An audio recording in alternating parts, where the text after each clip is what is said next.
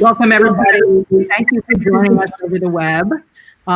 This is Healthcare is a Human Right panel, and it's part of the Full Participation is a Human Right Conference and Arts Festival. My name is Susan Arbetter, and I'll be moderating tonight's conversation, which could not be timelier as we endure the 8th month of the COVID-19 pandemic. We remind our audience and esteemed panelists that this is a nonpartisan event, and we ask you from refraining from making any partisan commentary. I want to welcome our panelists and introduce them. They are all accomplished and committed to fighting poverty and strengthening both New York City and New York State. Let's start with Carlina Rivera. She is a New York City council member. She represents the 2nd Council District, which includes the East Village, Flatiron, Gramercy Park, Rose Hill, Kips Bay, Murray Hill, and the Lower East Side. Councilmember Rivera is the chair of the Committee on Hospitals, which has jurisdiction over issues relating to New York City's public and private hospitals, New York City's Health and Hospitals Corporation. It's great to see you. Thank you for being here. Elisabeth Benjamin is joining us. She is the Vice President of Health Initiatives and the Community Service Society, where she supervises health policy, health advocacy, and consumer health assistance programs. She is the co-founder of the Healthcare for All New York campaign, a statewide coalition of over 170 organizations devoted to securing affordable, quality healthcare for all. It's great to see you, Elisabeth. Gustavo Rivera, Senator Gustavo Rivera, chair of the Senate Health Committee. He has represented the 33rd Senate District in the Bronx since 2010. This includes neighborhoods of Kingsbridge Heights, East Tremont, Crotona Park, Fordham, Mount Hope, Belmont, Van Nest, Claremont, and Morris Park. Senator Rivera is the primary sponsor of the New York Health Act, which is a bill that creates a single-payer healthcare system in New York State, and we're going to be talking about that tonight. Theo Oshiro is currently the Director of Health and Workforce Development at Make the Road New York, which is the state's largest immigrant organization. Make the Road focuses on building the power of immigrant and working class communities to achieve dignity and justice. And on April 1st, 2021, Theo is going to be taking the reins as the co-chair of the co-executive director, of Make the Road, which is great. And we're all silently clapping for you. Congrats, Theo. So let's just start with why we're here, okay? It's generally agreed, I think, that human rights include life and liberty, freedom from slavery and torture, freedom of opinion and expression, the right to work and education. Everyone is entitled to these rights without discrimination. So the question tonight is, why should healthcare be included on this list of human rights? And we're going to begin with Senator Rivera. Good evening, first of all, to everyone, and good evening to you, Susan, Elisabeth, Theo. Congratulations again, and obviously to my cousin, Carlina Rivera. Healthcare is a human right because as a human, you will get sick at some point. You will have health issues in your life at some point, and it should not depend on whether you are wealthy or not. If you have access to healthcare, if you have access to coverage, it is that simple. Now, if I always say that if you want that it's like a pair of Yeezys. This is a weird thing, right? Yeezy is a type of shoe. It's an Adidas sports shoe that Kanye West makes, and there's various models that come out at certain times. And if you know the right person, if you have enough money, if you know exactly where to go get it, you will be able to get yourself a pair of Yeezys. Right now, we treat healthcare as if though they were a pair of Yeezys, a commodity which is hard to come by, because it is true that if you are wealthy, you will have access to the best healthcare system in the world right here in the United States. But guess what? The overwhelming majority of people in this country are not, and yet they're human. And so we must move towards a system that provides you access to healthcare simply because you are human. So, Councilmember Rivera, why do you think that healthcare should be a human right? It is essentially something that a person, a human being, will need access to. That's exactly right. It is as much a human right as housing, education, food, and I would say a good job is. I was born at Bellevue Hospital, so I know what the benefit of having access to good public health means for families like mine, families who couldn't afford that pair of Yeezys. I think back in my day, they would be like Air Jordans. But when we talk about institutional racism in health, we're not just talking about culturally competent training or education, which is certainly important. We're talking about how we're going to dismantle the societal structures that are meant to discourage people of color and low-income New Yorkers from seeking healthcare. And until we can fundamentally address that anyone should be able to walk in and receive the same kind of quality healthcare services, we're going to be struggling as a city, as a state, and as a nation. And I think it's very, very, one of the easiest things to say is that healthcare is a human right. And it should be something that is not just like a campaign slogan. It should be something that we work towards 100%. Thank you. So Theo Oshiro, why should healthcare be included on this list of human rights? Well, Susan, I completely agree with my colleagues, esteemed colleagues, on the fact that wealth should not determine whether one is able to live or die.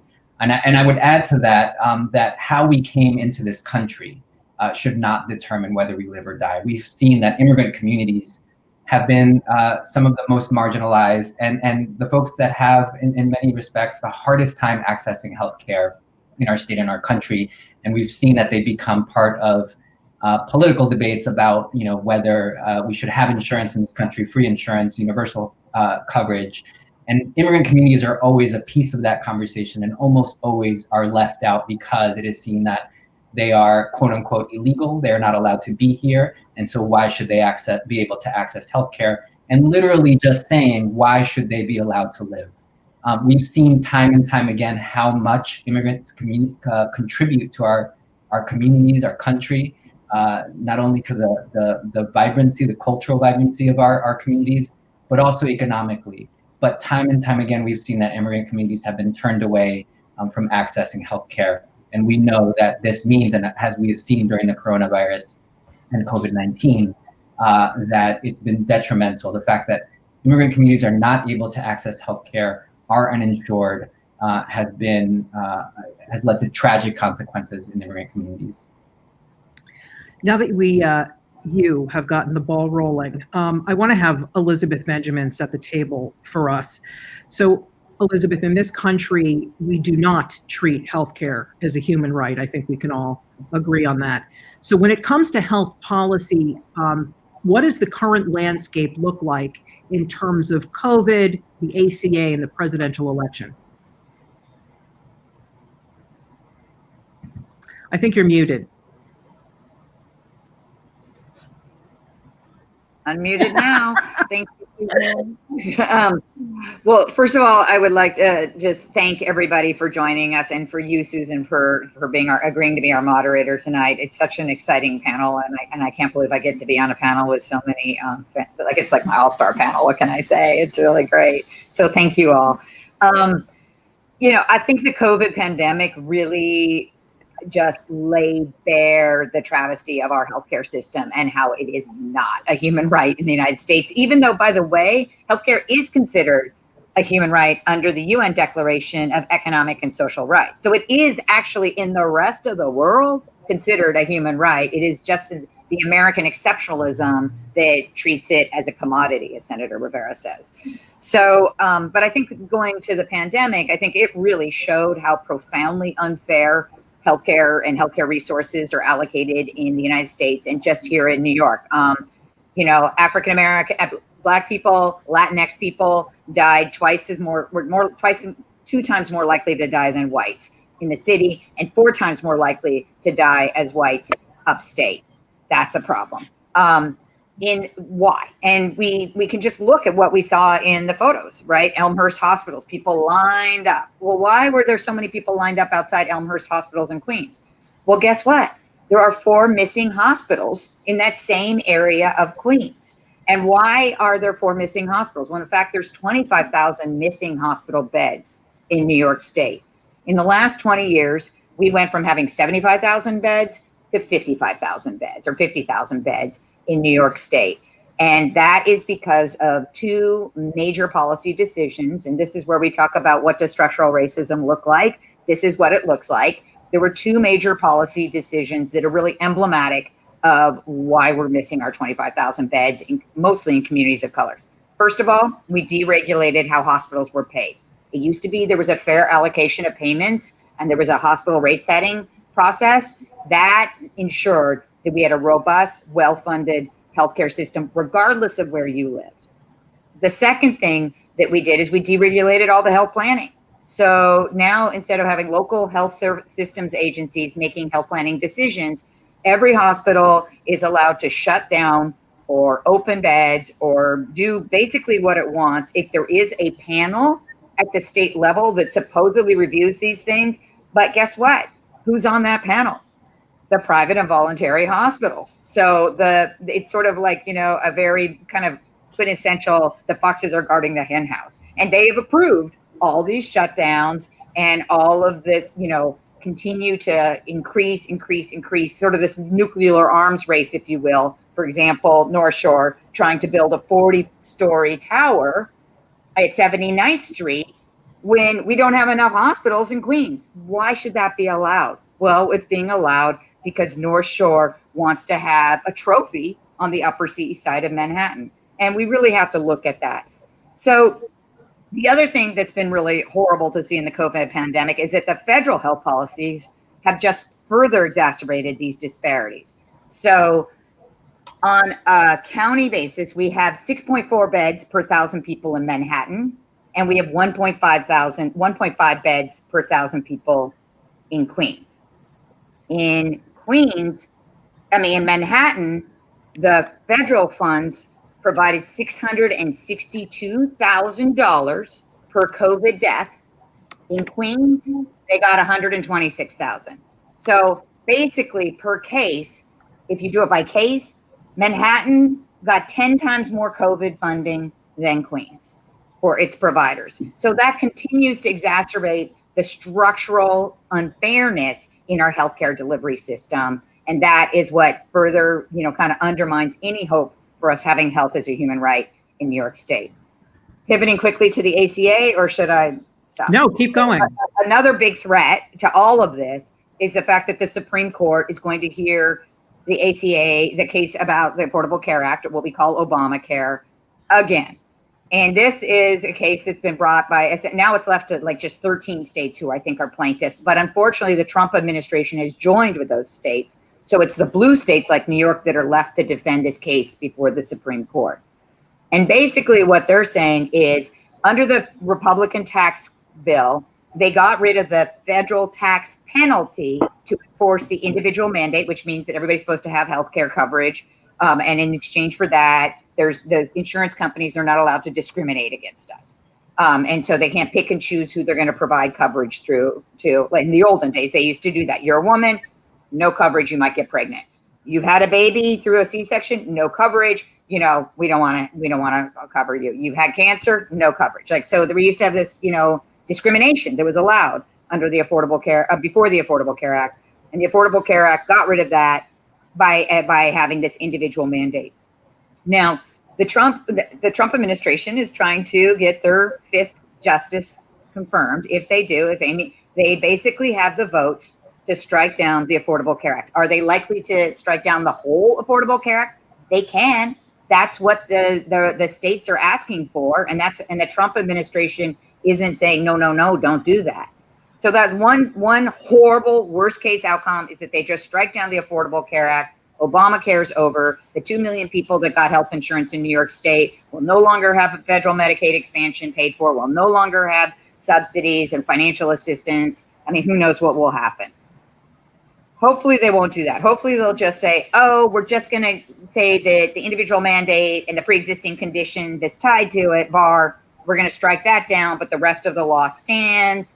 Seniors will still be able to, get drugs without having to go back to the old donut hole. Young people will still be able to stay on their parents' health insurance. Like all the other benefits of the Affordable Care Act will stay standing. That would be not a horrible outcome, right? We would be thrilled to have that if that's what they did. The third thing that could happen is, and we are not partisan, but the fact is, if Vice President Biden becomes President Biden, and the U.S. Senate and the U.S. House stays Democrat, and the U.S. Senate flips to Democrat, they could cure this and make the whole case go away by saying, okay, there's going to be a $5 tax penalty for the individual family, and then the whole case goes away. So these are scary times, and healthcare is clearly not a human right in America right now. But that's why we live to fight, and we will continue to be in this struggle. Councilmember Rivera, now Elisabeth referenced this, but how was CARES Act money distributed to hospitals, and how did that distribution contribute to rich hospitals just getting richer and poor hospitals getting poorer? I think the problem that Elisabeth also kind of alluded to is that there is a very, very problematic formula to begin with. So right now, the way that charity dollars or the way that the indigent care pool is addressed amongst our hospital system is very, very unequal. So we have our public hospital system essentially kind of scraping for every single dollar that they receive. So some of the numbers that you heard, which are incredibly startling, unfortunately is not the biggest surprise for all of us, because pre-pandemic, we knew this was a problem. I've had in my capacity as hospitals chair hearings on charity care, on how to deliver culturally competent care, but always addressing the problem with the finances, always addressing how the Greater New York Hospital Association is always just slightly better off when it comes to their network. And yes, they mention all the time that health and hospitals is a part of their association, but it is very, very different in how, in terms of their outcomes. So right now, the formula, or I would say the funds that are trickling down to our hospitals, as you heard, was Manhattan heavy. And I think what's really, really troubling is when we saw what was happening in our communities that clearly were disproportionately impacted by COVID, did not receive their fair share. And historically, these are marginalized neighborhoods. Historically, they're underserved when it comes to medical services. So when we saw, our seniors, those with hypertension or diabetes going to the hospital and dying at higher rates, we were hoping that this would be at least the alarm that we're ringing, this urgency to do better. I don't know what the future is going to hold. I think clearly we need to pass the New York Health Act so we can start right here in our own home state. And then, of course, hopefully with the new administration, we'll have a much, much better federal system to support those that need it the most. We're going to get to the New York Health Act, I promise. Senator Rivera, I heard that one Manhattan hospital got like $119 million in CARES Act funding, while all of the other health and hospitals institutions put together got $45 million. Is that the case, or is that?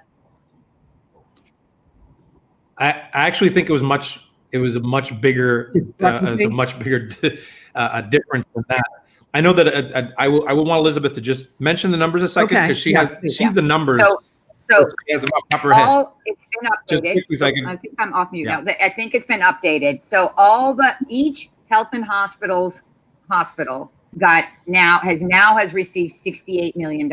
Okay. And that sounds like a lot, except when you realize that New York Presbyterian got $570 million. Okay. So let's linger on this for a second. I'm supposed to have that face because I'm a moderator, but I'm sorry. So but that face, you made that face not because you're a moderator, but because you're a common sense human being who sees a rich institution receive hundreds of millions of dollars more than an entire public health system. Now, the city of New York, the city of New York, the biggest single provider of care to the poor and vulnerable populations in the city is the Health and Hospitals Corporation. So it is the public hospital system. And Carlina made it, Councilmember Rivera made it very clear. This is an entity that all of them separately, like for example, Lincoln Hospital here in the Bronx, you've got North Central Bronx here in the Bronx, Elmhurst Hospital down in Queens, etc. All of these entities provide care for the most vulnerable, and between all of them, about a little bit more than a tenth of what one wealthy institution in Manhattan received. And this is the type of thing that we have to linger on, because that just speaks to the fact that the way that the language was written at the federal level kind of perpetuates distinctions and differences that already exist and are baked in. So it is horrible. All right. So, Senator, how did this inequity affect St. Barnabas, which is, I think that's in your district, at least it's in the Bronx, and over 90% of the people who go to St. Barnabas have to pay via Medicaid rather than Medicare. So what does that mean? So in the case of St. Barnabas, they're between, because there's federal support that has been granted to them, but a big chunk of it, over $100 million of it, is terms unresolved. So we're talking about loans or CARES Act money that we're not exactly sure how they're going to get, when exactly this is going to be paid back. Now there is $48 million that they received, that they received as of right now. There's a lot more that potentially they could receive, but in comparison, again, to rich institutions in Manhattan, which is the number that Elisabeth mentioned earlier, is also important to understand. We have a population in Manhattan that is the most overbedded and overbedded, as in there are more hospital beds available. And just so that people understand, when we talk about hospital beds, so a hospital bed refers to an available space for someone that potentially might be hospitalized, right? And so when there are places that, when you're saying like, oh, there's 100 beds in that institution or 50 beds in that institution, that means that they have the capacity to have at a time a certain number of people hospitalized. So when you take a population, as in Manhattan, which is wealthier, it is whiter, it is certainly, and that the fact that population has a far different number of beds potentially available to them, then under normal circumstances, it's bad enough. But then you take a crisis moment when you already had differences that were baked into the system, racial inequalities that meant that that whole communities were unhealthier by default. Right. And then you take a virus that, although the virus does not discriminate, the systems that are supposed to protect us from the virus absolutely discriminate. And so we saw that in the results of how many people died and how many people wound up in hospitals and how many people were sick from it. I want to get to Theo in a minute, but Elisabeth, the way the CARES Act formula was created at the federal level, that contributed directly to this inequity, did it not? It did. So, my heart, I get it, what they did. That the fastest way to get the money out from Health and Human Services perspective was to just do it based on Medicare payments. The problem is that the pandemic, that isn't a fair way to distribute the money, especially given who the pandemic was hurting hardest. And that was lower income people, essential workers. And so what they should have done, which they could have done, is allocated the money based on Medicaid, where the Medicaid payments were flowing or where the disproportionate share hospital funds were flowing. That would have been a much fairer way to, based on how many patients who are Medicaid or uninsured or self-paid. That would be a much fairer way to allocate the funds, because the fact is, New York Presbyterian mostly has commercially insured people. If they got COVID, they're covered. In Queens, if you're uninsured, if you're an immigrant and you don't have coverage, you're not covered. So we want to support Elmhurst, who's doing the lion's share of the work for the people that aren't covered and affected by the pandemic. And why? Because this is a pandemic and people move around and everybody can get sick if we don't give people the care that they need when they need it, or else everyone's going to get sick, which is essentially what happened. And I think it's important to note that most people in Manhattan who would go to New York Presbyterian fled. They went to their second homes, right? So, not most people, but a lot of people. So when you walked around Manhattan at the height of the pandemic, it was often empty. And I'm talking about Manhattan below 96, below 100th Street. And, just to be clear about, not all of Manhattan is rich and white, but the people that tend to go to New York Presbyterian are. And, look, I don't mean to be picking on New York Presbyterian. NYU got, $427 million versus Bellevue, they got an average of 60 million. Or, Mount Sinai got just a mere 263 million. So, they had it really hard. But, it is pretty upsetting when you think of how little the individual health and hospital facilities got. So, Theo, capacity is not being fairly distributed. This is what we're hearing from everybody. So what does that look like at the very ground level for people who need hospital care within the immigrant community? Absolutely, Susan. I think that for us, the COVID moment and for immigrant communities in general, it's just been one of the hardest moments in really the history of our organization and personally in my work with immigrant communities. And it comes after 4 years of constant attacks by the federal administration against immigrant communities and various policies, from the rhetoric to the actual policies that impacted immigrant communities in very real ways. Your question is a good one, and I think to the story of one of the family members that we helped at Make the Road during the COVID-19 moment. His name was Juan Luis, who was an undocumented community member. He worked in a restaurant as a kitchen worker and also as a delivery man. He was uninsured. Many of our community members are uninsured, and particularly the undocumented community. He lived in a very crowded apartment with 2 other families because the housing situation in New York City is such that the only way for low-income immigrant communities to be able to reside in the city is to be in these kinds of housing situations. He suffered from asthma and obesity. Back in Colombia, he says he was completely healthy, and then when he moved here, he developed asthma and obesity, and his family suspected that it was because of the poor nutrition and food options in the neighborhood, as well as the poor housing conditions. He wound up at Elmhurst Hospital, infected with COVID-19, and his family reported that even though the hospital, made heroic efforts to save his life, he did pass away at Elmhurst Hospital. And I remember the family telling me how the hospital staff was so completely overwhelmed in that moment. And I think it goes to exactly what, Councilmember, the Senator, and Elisabeth are talking about. The fact that in Queens, we lost over the years 4 hospitals, right? And Elmhurst was, of course, completely overwhelmed in that moment.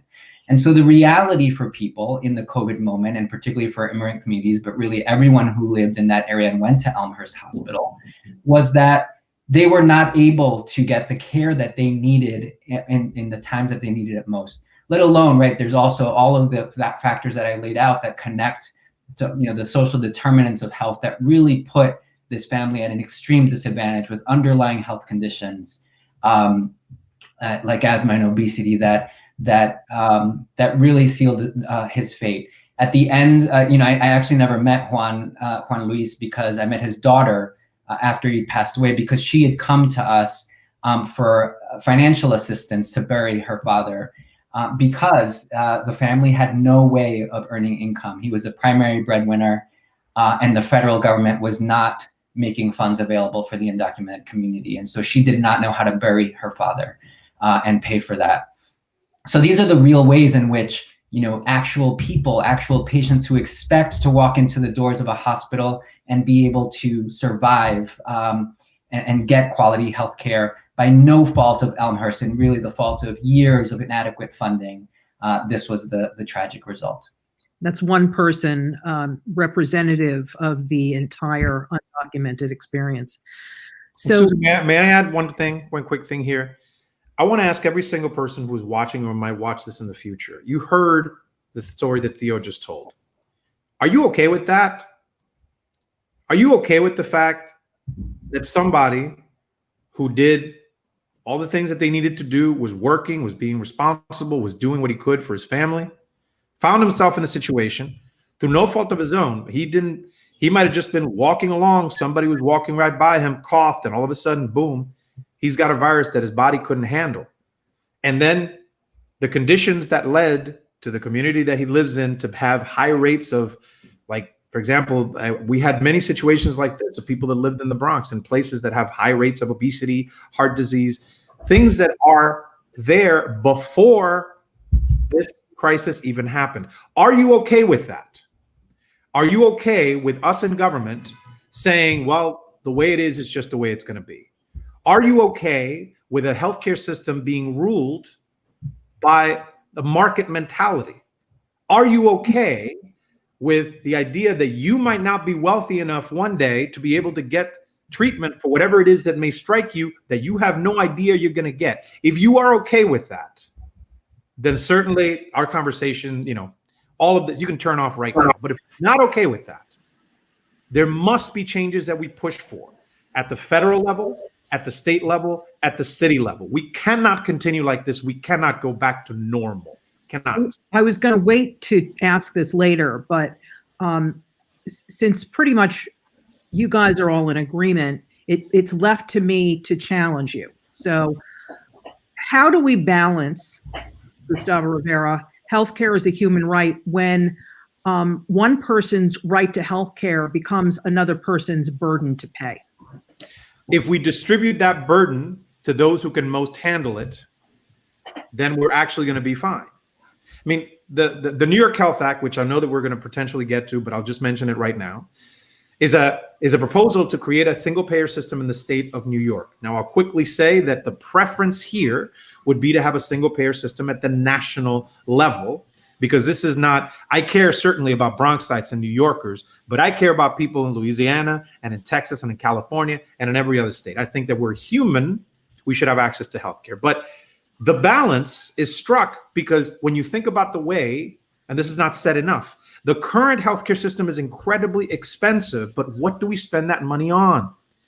If we save money on administrative costs, if we save money by negotiating on behalf of an entire population for drugs, if we save money by providing primary care to people so that they don't have to discover that they're diabetics when they're halfway towards losing their leg, all of these things, we're just ignoring the fact that the current system is already expensive. And the burden, by the way, the burden that we're talking about is going to be a minor burden for those who can afford it.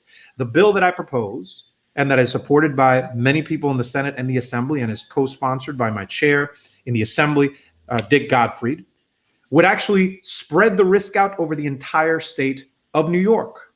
If we're all paying a little bit, if the risk is spread out, it will actually cost everybody less. And by providing primary care, by securing primary care, and by cutting administrative costs, and by negotiating for drugs on behalf of the entire population, it means the system costs less. So the way that you balance it is precisely by distributing the burden along everybody. And last thing I'll say about this, the fact is that unless you believe that let's say somebody is, if you believe that somebody that's uninsured is crossing the street, gets run over by a car and has to be brought to a hospital, if you believe that that person, if they cannot afford to get care, should be left on the street, then we got nothing to talk about. But if you believe that there's a basic responsibility that we have, then we have to move to a system in which we actually share the burden, because we're not doing it now. So we're going to talk more about the New York Health Act, which is basically single payer in New York, in just a few minutes. But I wanted to ask Councilmember Rivera, first of all, if there is another surge, and there's certainly, it's looking like it, what should the city be doing differently? We have covered this in my committee in terms of, we've had a couple of hearings already. We have had whether we were ready. In hindsight, the questions asked and answered were not enough, and we weren't really prepared. And we've also had hearings on testing and tracing, and we plan to have one soon, of course, on the preparation and distribution of the vaccine. If a second wave occurred, clearly we're in a better place. But I do think that right now the testing and tracing also leaves a lot of room for improvement. Health and Hospitals has done amazing things with their resources, but making sure that we're utilizing those credible messengers, those community-based organizations, those local clinics who were not supported in a full enough way during COVID, that they're actually being brought to the table, that they're being used to get the messaging out that is culturally humble and appropriate on what people need to do to be safe and to make sure that we're stopping the spread and we're any hotspots, any upticks in cases, that's immediately addressed. I think, one thing I wanted to just mention is, like, as we're hopefully examining the structure of our hospitals and our healthcare system, that's something I've really tried to focus on in my capacity as chair of the hospitals committee. I think what we saw, which was exposed during the pandemic, was that for years, hospitals and healthcare networks have been moving from inpatient services to a focus on outpatient and ambulatory care. And I think the pandemic really exposed how the serious dangers in that approach. A lack of beds, a lack of safe staffing, that doesn't happen because it's good for the patient. It happens because it's good for the hospital's bottom line. And so when hospital executives are making tens of millions of dollars a year, while at the same time these hospital networks are continuing to consider closing facilities across our city, and particularly in these neighborhoods that aren't proving to be lucrative, it becomes clear that I think we also have to take a look at how we designate the so-called nonprofit hospitals. And so maybe these hospitals don't deserve the same tax breaks and benefits that a community-based organization deserves. You took the words right out of my mouth. Why should we be giving something like, what is it, the Presbyterian Hospital that we were talking about before? I know we don't want to pick on them, but if they're going to be getting $500 million in CARES Act money, why should they be getting the same tax breaks that St. Barnabas does? Councilmember. If they aren't doing their best to take care of under and uninsured patients, they do not deserve the same tax breaks and benefits that a community-based organization can certainly utilize even just a fraction of to provide the services that they do, again, in a culturally humble way and understanding, and even the language access piece that I'm sure Theo can speak to very well. At the same time, we have to reform the way our federal and state government provides Medicaid and other funding streams to our true safety net, which is health and hospitals. We've seen some positive efforts around addressing the inequities in this past year's budget, but they were, quite frankly, they were overshadowed by the hundreds of millions of dollars that were cut from Medicaid funding overall. So I think we have to look at and restructure. And when it comes to the second wave, health and hospitals is trying their best to take this seriously. But again, the inequity in the Presbys and the NYUs of the world, they're going to be hit hard again should the wave appear. It is just a fact of that our under and uninsured New Yorkers treat the emergency room as their primary place to get medical services. And in many cases, by the time they get there, it is too late. So if I understand that you may be speaker of the city council at some point. If you do become speaker, what more could be done to support health and hospitals in light of this inequitable funding? I mean, what are you prepared to tell us today? I would say that we've seen how effective health and hospitals can be when they are given a mission and they're given the support that they need. Their COVID-19 testing efforts, their treatment of patients, even in the worst conditions at the height of the pandemic, have been inspiring. And so what I have advocated for in my capacity is looking at how we can improve these facilities and provide them funding for things like, a real comprehensive, holistic maternity ward in a place with a high birth rate, or simple things as taking care of some of the facade issues. There are capital and programmatic needs that health and hospitals has that we should be funding. I think when health and hospitals comes to ask me for funding for EKG machines and trauma slots, I'm wondering where is generally our city and state and quite frankly, the federal government when they're asking for things this simple when it comes to life-saving devices and tools. So I truly believe healthcare is a human right, and that will be one of my priorities. Should I be chosen for a position as honorable as speaker? All right. So I want to get back to vaccines. Gustavo Rivera mentioned it. Councilmember Rivera mentioned it. Theo, what about immigrants? I mean, we're all hearing Governor Cuomo say, first we're going to have first responders and then this and then this. And he has a panel, I think, that he is putting together to determine who's next. Where do immigrants fall on this scale? What do you fear?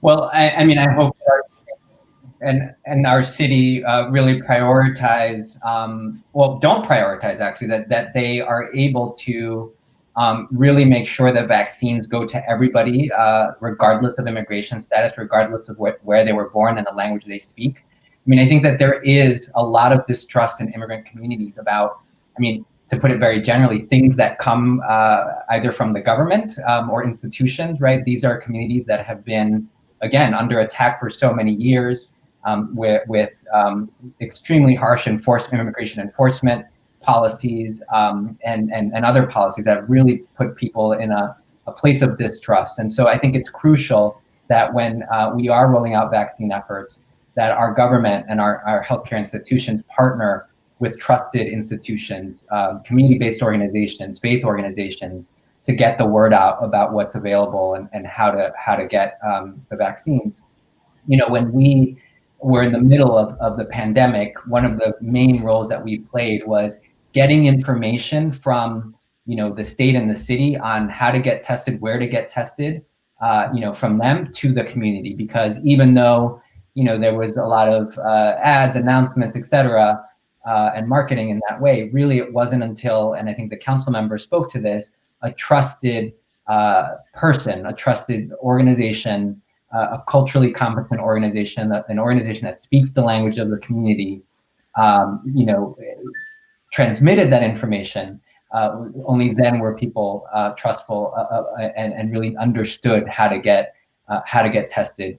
At Make the Road, we also train and look for jobs for community health workers, place them into jobs, and they've been crucial, I think, in the recovery, you know, in this phase of the pandemic, to make sure that there is a bridge between healthcare institutions and the community in the form of people who have community connections, speak the language of the community, and understand community concerns and issues, to be a bridge, right, between what the doctor says you should do and that getting that medical advice, and then how you put it into practice. And so I think that will be key for the vaccination phase as well.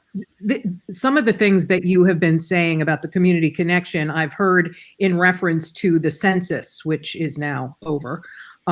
So what, you know, if we have an undercount in New York, it's the very people who you represent who are going to get hurt the most. Can you speak to that? Yes, absolutely. And I want to acknowledge Councilmember Rivera's monumental efforts on the census, and really all of our elected officials who really prioritized, or many of our elected officials who really prioritized getting the word out on the census. The census is key here because the census, right, the count on the census will determine, you know, not only our congressional seats in all of our states, but also how much funding will come to New York for things like hospitals, right, and schools and roads, et cetera. And so that there will be an undercount, unfortunately, right? There's been so much stacked up against us and in immigrant communities as well, from the proposed citizenship question for the census, which put a lot of fear in the community about you know, whether they should actually fill out their census. Was that by design? I believe so. I believe it was by design. I think that this administration wanted to make sure that immigrant communities did not get counted. We see that very explicitly by the administration's effort, right, which will go before the Supreme Court, I believe, on November 30th, to explicitly not count and to erase immigrant communities from the census and the subsequent redistricting process. And so it's a crucial piece of the puzzle, right? The way in which these policies and this administration is trying to erase communities and therefore shortchange our state and our country on crucial resources and political representation. I want to talk now about money in healthcare. Elisabeth Benjamin, money influences healthcare in New York. It influences healthcare throughout, you know, the country. But maybe you could talk a little bit about that, and specifically why some hospitals are going after people for medical debt when they're actually pretty rich. Yeah, it's, you know, it's so frustrating. I mean, I think the original sin here is that unlike our other sort of, peer countries, we really have let the private sector run our healthcare system. And so as a result, we all pay a lot more. Healthcare is well over 17% of the US gross domestic product. And that's because there's a lot of, companies, entities, individuals that are making money. In France, which I think arguably has the best healthcare system in the world, they pay 11% of their GDP on healthcare. Switzerland, which uses a private health insurance system, say you wanted to keep private insurance, still only spends, a little around 12% of their, of their gross domestic product on healthcare. And we spend by far and away more. And the thing that's sad is that for all that spending, not everybody has coverage, and that's gotten worse, unfortunately, over the last 4 years with the continued assault on the Affordable Care Act. And with the original sin where we left out immigrants, as Theo has so, brilliantly spoke about. And so that's a problem. In Albany, healthcare is by far and away the biggest lobbyist, and it's not the lobbyist for health and hospitals, it's really the lobbyist for the big private and voluntary hospital systems that are spending the most. And they get what they want.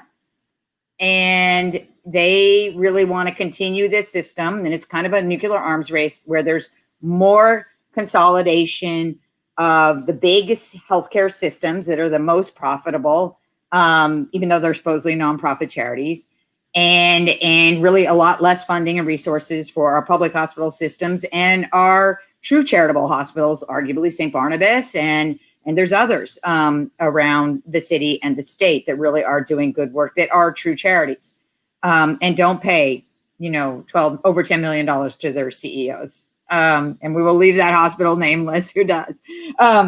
So what it boils down to, I think that's so frustrating, is that because there's this incentive to be profitable that's being, sort of touted by these so-called nonprofits, is that they look anywhere for revenue. And one of the places they're looking is patients. And we just issued a report in March that showed that New York State's hospitals are suing, 40,000 patients in the last 6 years. And, some places are really gung-ho suers. Crouse Hospital, a Northwell affiliate up in Syracuse, and they are a Northwell affiliate, they say, which is, I think, where you're from, Susan. They have, Northwell on every page of their website, the last time we checked, is suing around 5,000 patients. What is so shocking is that in Syracuse, the medical debt burden for communities of color is 41%. For white people, it's 12%. And since Crouse is the biggest suer up there of all the other hospitals, no one else is even approaching, even 100 lawsuits in any other healthcare facility up there. We can assume that Crouse is really in charge of putting the Syracuse community of color in debt. And that is just wrong. What about Littauer Hospital in Gloversville? Nathan Littauer, I can't remember the exact number they're suing, but they are by far and away per capita the biggest suer in the state. And, we can't figure out what's going on up there. And it's pretty shocking what's happening out there.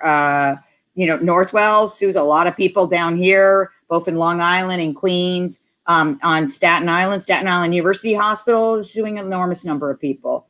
And I think, New York Presbyterian, which is the richest of these so-called charitable hospitals, not only sued people, and they found, 1,000 cases of people that they were suing, but they were suing them for 9% interest, which I would submit is a commercial interest rate, and that New York Presbyterian or any hospital, all of which by law have to be nonprofits in New York State, have no business charging 9% interest. And, to his great credit, Governor Cuomo in his budget put out in his budget bill that they would reduce the interest rate to the federal funds rate. Unfortunately, that did not pass in this year's state budget, but we're going to go back and, thank goodness for Senator Rivera and Assemblymember Godfrey together. They put together an incredible piece of legislation called the Patients Medical Debt Protection Act. We have well over 30 Assembly members signed on and, in support of it. And in the Senate, I believe we're up to 19 members of the Senate. I'm encouraging Senator Rivera to put it up for a committee vote and get it out onto the floor. of the Senate. And I, really hope that we see more provisions. We did win one. We reduced the statute of limitations. It used to be these charitable hospitals that had 6 years to sue their patients. Now it's only 3, which is good because people really can't even be in touch with their insurance company 6 years later. So hopefully we'll get the rest of this bill over the finish line and do some good. So, Senator Rivera, I want to ask you about several of the bills that you have. What's the one that you just mentioned, Elisabeth? The Patient Medical Debt Protection Act. Okay, so what is that? Yes, and ever the advocate, Elisabeth just needed to remind me that I do not have enough sponsors on it yet. Thank you, Elisabeth. I know this. I will be back to working to see how many more folks I can get on. That's great. Thank you. I will be on. Sorry. Go ahead. There's also the Health Equity Assessment Bill. Yes, that's a great one. You, Senator Rivera, about having whenever, you know what that's about, right? It's Go ahead, Elisabeth. Go ahead. Remind me. We have no one on that right now because you just introduced it yesterday or today. So thank you. And what this would do, a lot of times when we're zoning, for brownfields, we make big companies go through an environmental equity assessment, right? An environmental impact statement. This would do the same when a hospital wants to expand or close a bed or a ward. Like a lot of hospitals are trying to close their mental health wards right now and behavioral health wards because they don't make money off of it. They want to close those wards. So in order to do that, we say under Senator Rivera's bill that the hospital has to provide a community health equity assessment to make sure there's not a disparate impact on communities of color. Got it. All right.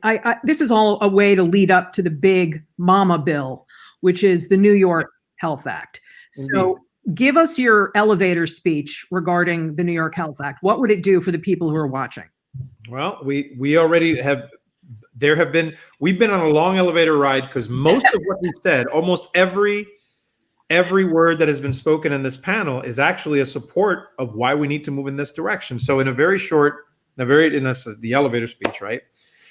We need to create a system. We believe that healthcare is a human right. We believe that every single New Yorker, regardless of their age, their gender, their wealth, or their immigration status, should have healthcare, period. And how do we do that? In the case of this bill, the New York Health Act, which again is sponsored by me in the Senate, as well as 30 of my colleagues, and in the Assembly by Councilmember Dick Gottfried and a whole bunch of Assembly members. I don't remember the exact number. I'm sure Elisabeth does. But in any event, what this bill would do is create a single payer system in the state of New York. Now, you've heard this, so what exactly does it mean? In the current system, you have a multi-payer system, which means that your doctor or provider gets paid by a whole bunch of different potential people. It can be Medicare, it can be Medicaid, it can be private insurance companies, it can be out of pocket, et cetera, et cetera, et cetera, et cetera.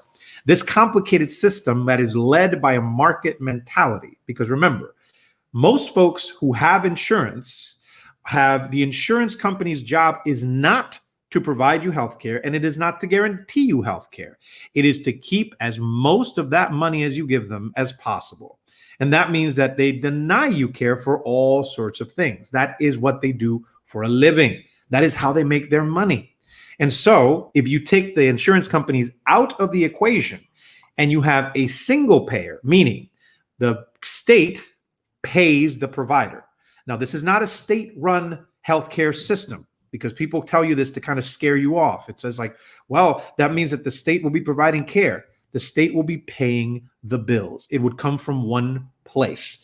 Now, this does a couple of things. Number one, it cuts administrative costs, because right now, private insurance companies, of every dollar that you give them, 15 to 18 cents of it goes to administrative costs. That means not only high salaries for executives, that also means all those people who you talk to on the phone who tell you that you can't get access to that because you didn't get the prior authorization, or that doctor is no longer in your network, or that drug is no longer in the formulary. All those people, how about we get rid of them and we actually just have a state entity that will actually pay the bills to the provider?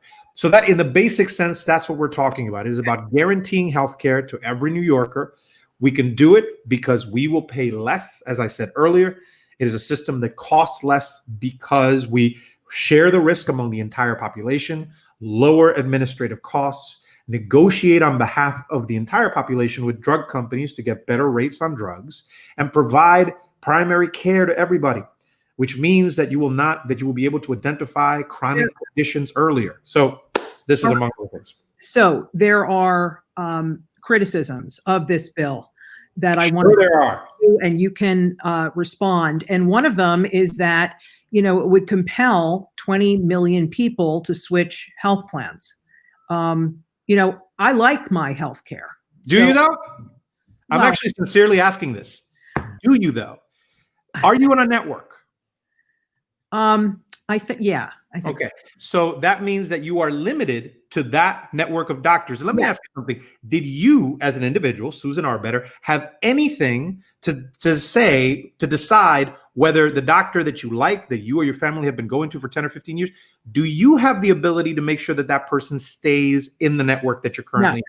No, you don't. Okay. How about if a doctor decides that there's going to be some particular medicine that you need to be able to deal with headaches or to be able to sleep or whatever. How about if that drug is no longer covered in the formulary that the insurance has determined? Yeah, no, all good points. But you know what else I don't like is the paperwork that I would have to go through in order to deal with this new vast bureaucracy that a single payer health plan would have. I'm being provocative here, but how do you convince people who are generally, my healthcare is all right.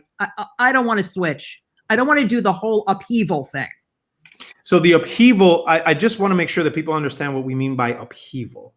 Upheaval means that there's a lot of things that you deal with now that you will no longer have to deal with. Now you're saying about this whole paperwork and what have you. It is simple.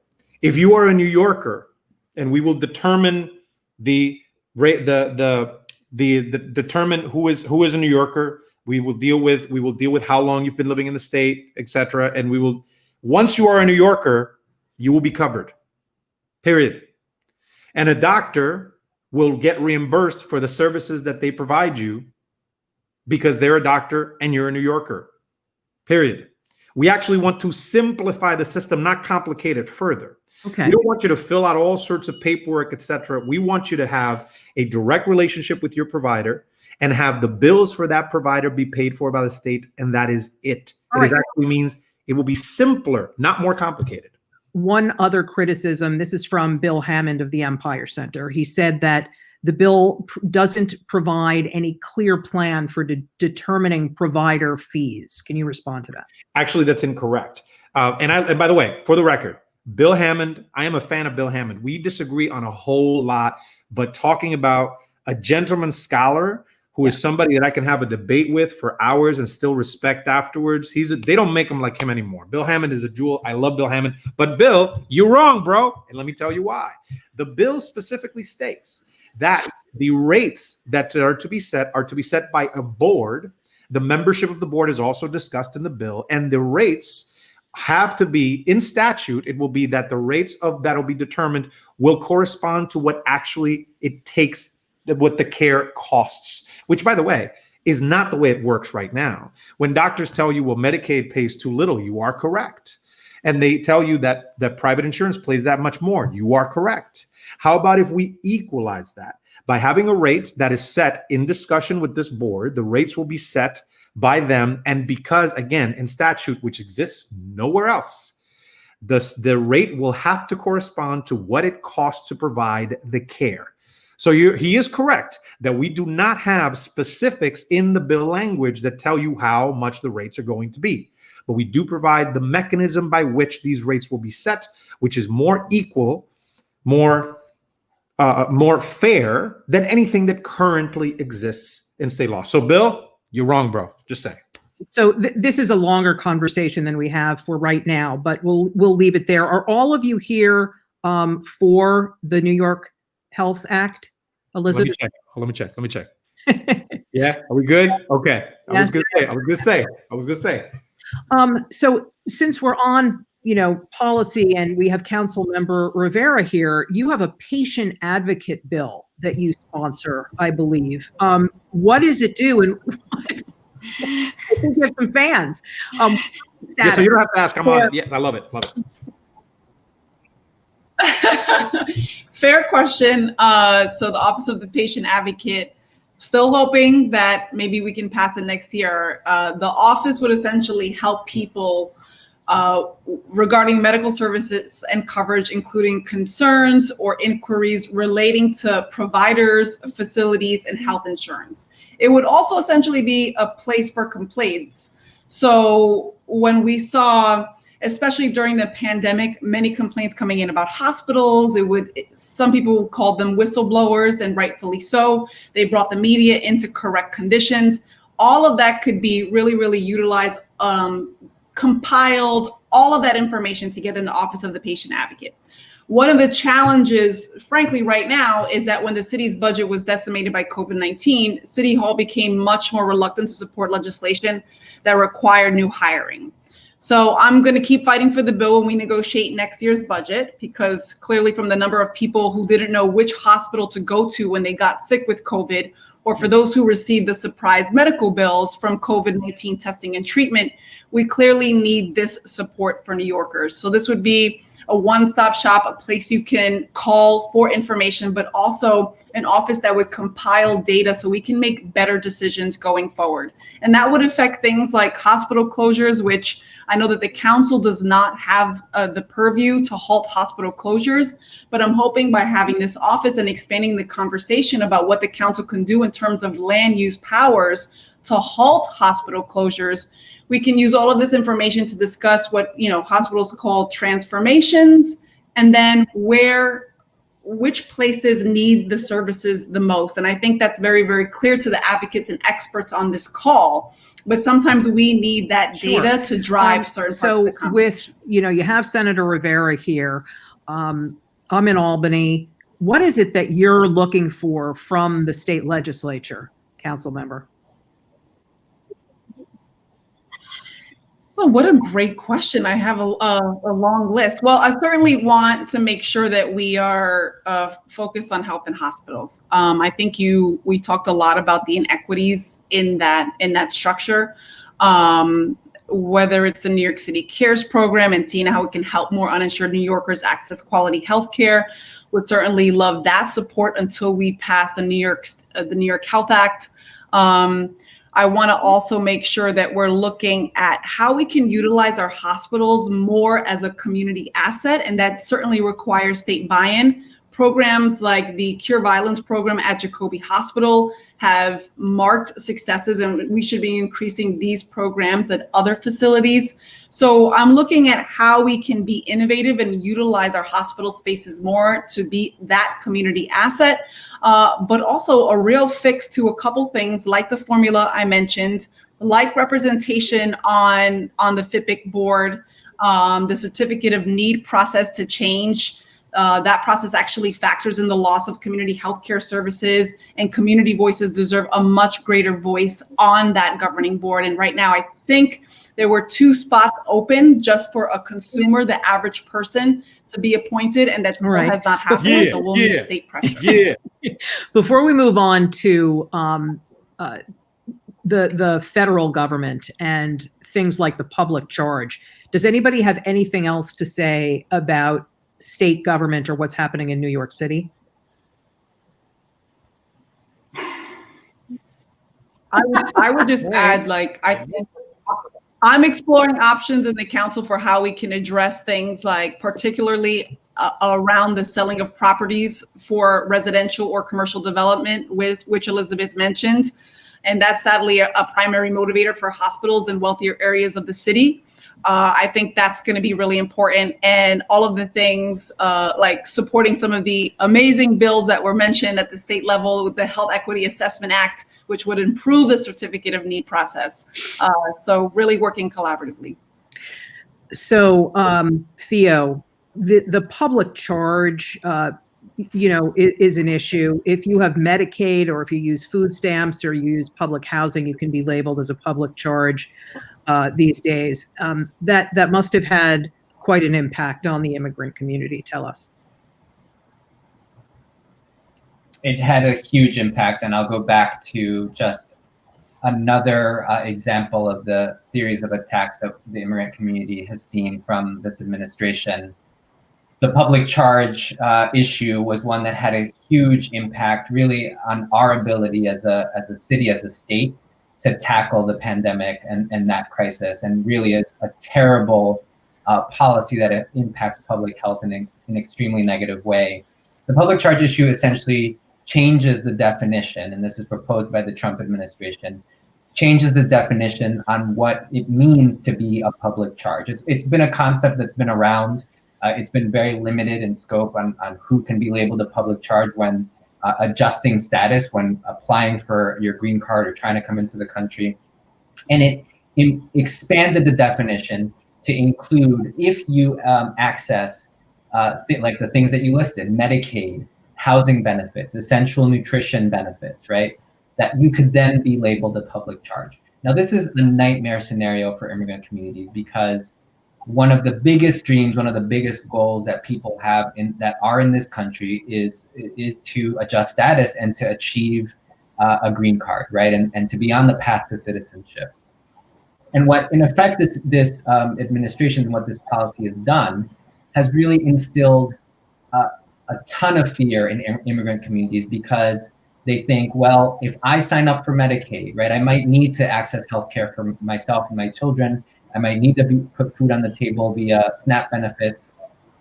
But there's this huge threat right now that if I do that, I will be labeled a quote unquote public charge and my dream will be destroyed of adjusting status in this country. And so, as you can imagine, in this COVID moment, the fact that we are, in essence, instilling fear and dissuading people from accessing benefits, it's been a public health nightmare. I want to present as it relates you to with the other side of the issue, whether you believe it's legitimate or not.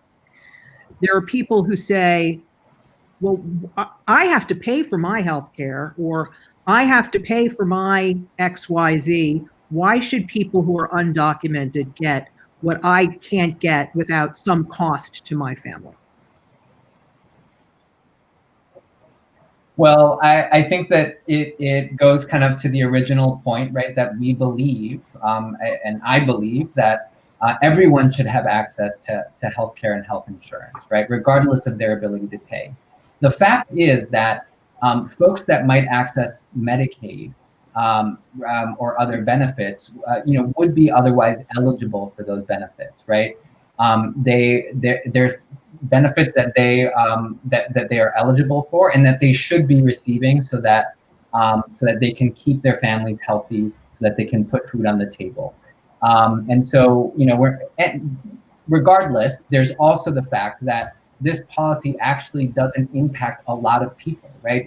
Not all immigrants would be subject to public charge. Not everyone would be impacted. And so really the impact of this policy in particular is that it's resulted in fear in the community, even if you're not impacted, even if you're not one of the people that's, you might have a green card and you might be adjusting to be a citizen. It doesn't apply to you. And there's other folks that it doesn't apply to.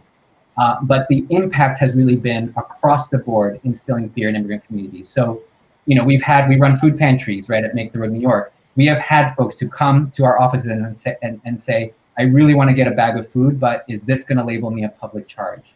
Oh my and God. People have just worried so much that they've left, right? And in this moment, right, when people are at the most need for healthcare, for nutrition benefits, for food pantries, this is not the moment where we should be putting forward policies that are going to dissuade people. And so it really is a question of just values, right, and morals.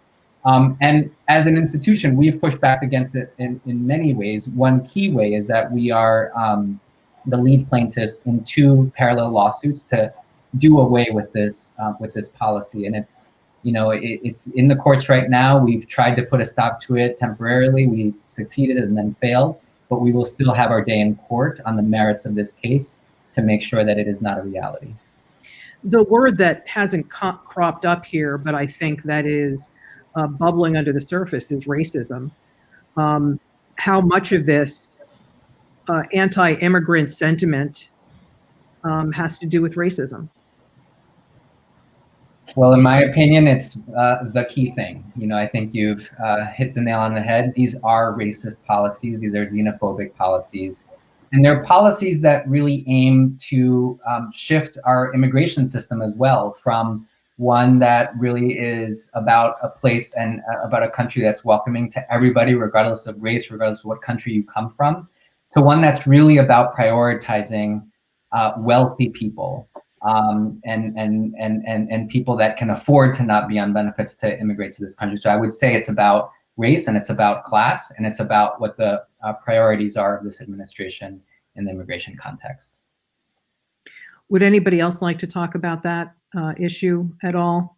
Racism in context of even how we distribute healthcare in our country? The only thing that I would say is that Theo covered a whole lot of it, and I absolutely agree with him that at the core of it is a racist idea that excludes a whole bunch of folks that are not white folk. There's policy that has been built around the exclusion of entire groups of people, and it has repercussions over generations. That's the thing, that when we started this whole thing, we started talking about COVID, and we started talking about the differences that were baked in that made certain communities more at risk. We're talking about things that were beyond their control. Right.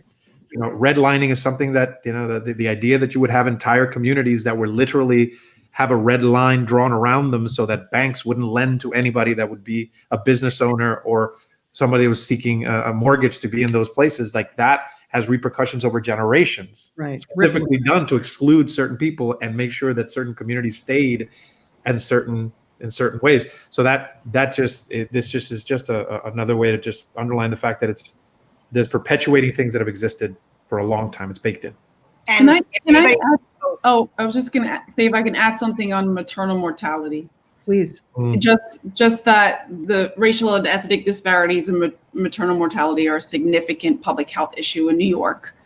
African American women traditionally have a greater rate of increasing maternal deaths in New York State, despite recent overall gains.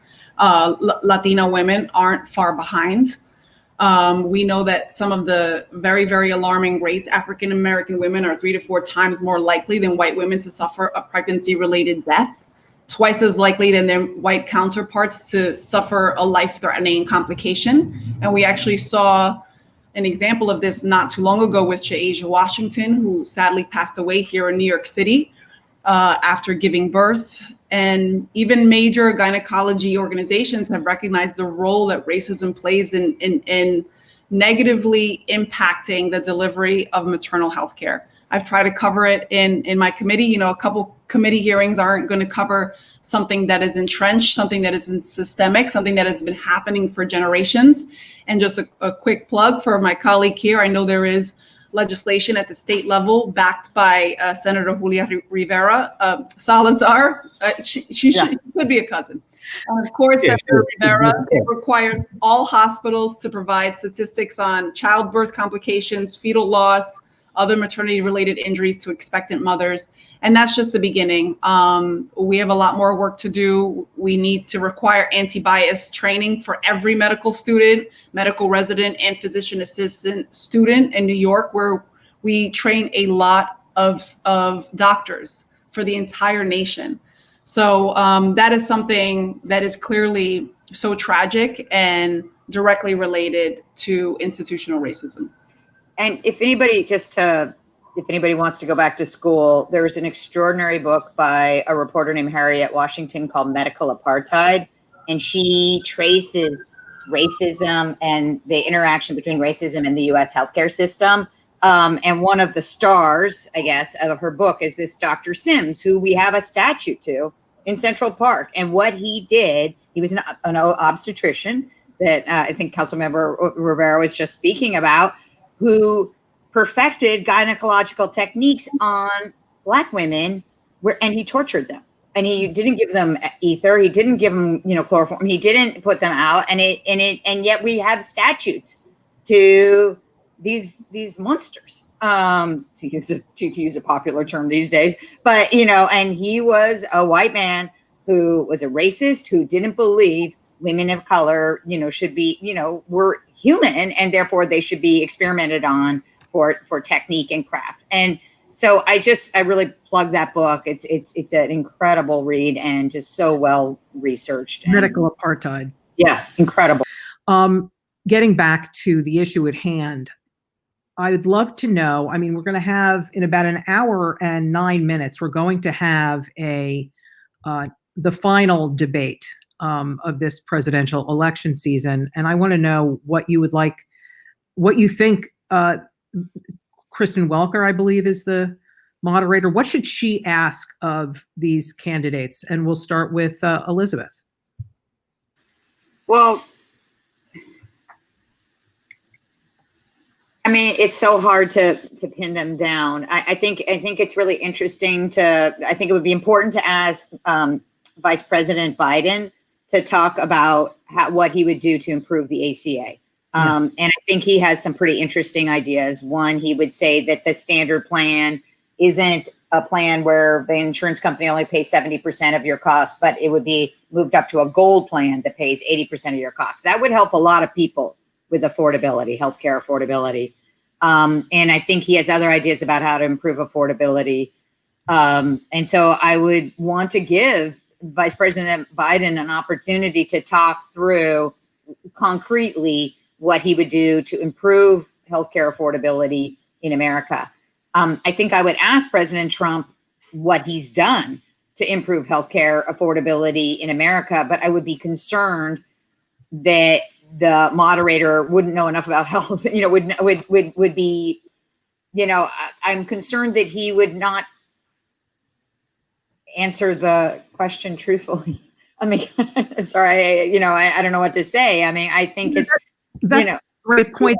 Like it's hard to, I'm sort of worried about them asking them anything because I'm concerned that we won't get truthful answers from the debate, and we really need on this topic to have truthful answers. Yeah.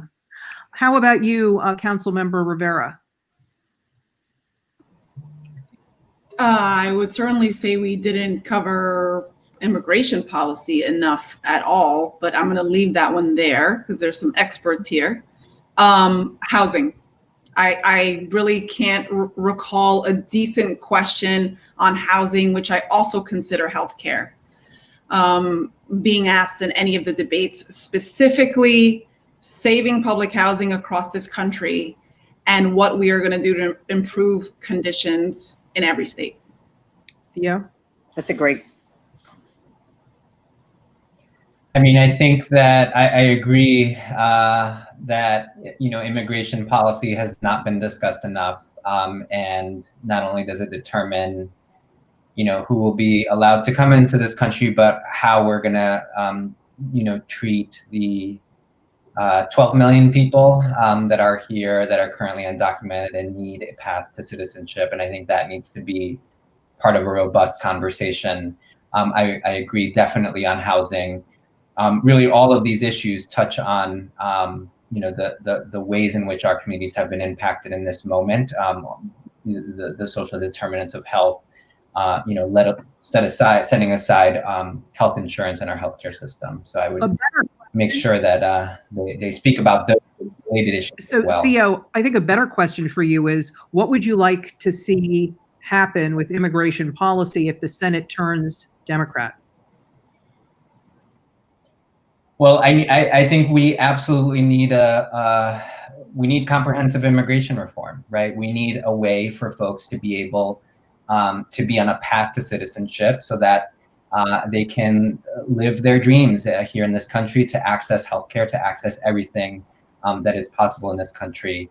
And we also need a plan for, that will likely be a longer term project, right? And so we need a plan for the first 100 days on what will happen. We know that we cannot be emphasizing immigration enforcement as a primary thing. We need to be focusing on legalization and comprehensive immigration reform, and not focusing on militarizing the border, putting more funds to militarizing the border, putting more resources and funds to ICE. that is exactly what we should not be doing. And so those should be all topics of tonight's debate. Senator Rivera, final word to you. What would you like the moderator to ask the presidential candidates tonight? I'm just hoping that whether we're talking about housing, Carlina's right, whether we're talking about healthcare generally, whether we're talking about immigration reform, I'm just hoping the moderator is happy-go-lucky with that button to mute someone if they go over the other person. I think that it's important to have a conversation about this. Now, I actually am losing a bet to you, Susan, if this actually happens, because I told you a couple of weeks ago that I did not think it was going to happen. $5. I said, I don't even think the debate is going to happen. And you're like, I think it is. And I'm like, I bet you $5. So if it starts, I owe you $5. I will Venmo you. But what I think we need to have, which I hope that we will have by that mute button, is at least a conversation and at least clarity on what the policies are and what the disasters have been. I am very partisan in this regard. I know that you are, as an organization, are not. I am certainly partisan. And I think it is a disaster what has happened in the last 4 years in this country in every way, shape, imaginable. So the idea that we would have at least clarity on the questions, and then if the answer is just blabbity, blabbity, blah, blah, blah, blah, blah, I'm like, I'm a mute you, bro. Let's go to the other guy. So I'm hoping that that's what happens. And I will Venmo you $5 if at 8:05 they actually go on, because it might still not happen. I might still get my $5. But which emoji will you use in the Venmo? I don't know. I'll figure it out. I'll do. I don't know. I'll do like a little unicorn eating sushi or something. I don't know. I'll figure it out. You guys have been so outstanding. This has been such a wonderful panel. We are at a time, our panelists have been Theo Oshiro, who is currently the Director of Health and Workforce Development at Make the Road. By next April, though, he'll be one of the co-executive directors. New York City Councilmember Carlina Rivera, what a pleasure. Thank you. We've been also speaking with State Senator Gustavo Rivera, who is the Senate Health Committee Chair. Great to see you. And Elisabeth Benjamin, the brilliant Elisabeth Benjamin, Vice President of Health Initiatives at the Community Service Society. You were all great, and you gave me a lot of food for thought, and I hope a lot of the people who are watching as well. And thank you for watching. You've been watching Healthcare is a Human Right panel. It's part of the Full Participation is a Human Right Conference and Arts Festival. And we thank you for watching. Have a good night. Thank you, Susan. Here's to Susan. Good night, everyone. Good night. Great. Good night. This is great. Thank you. Just make sure you know that. Thank you. You guys were awesome.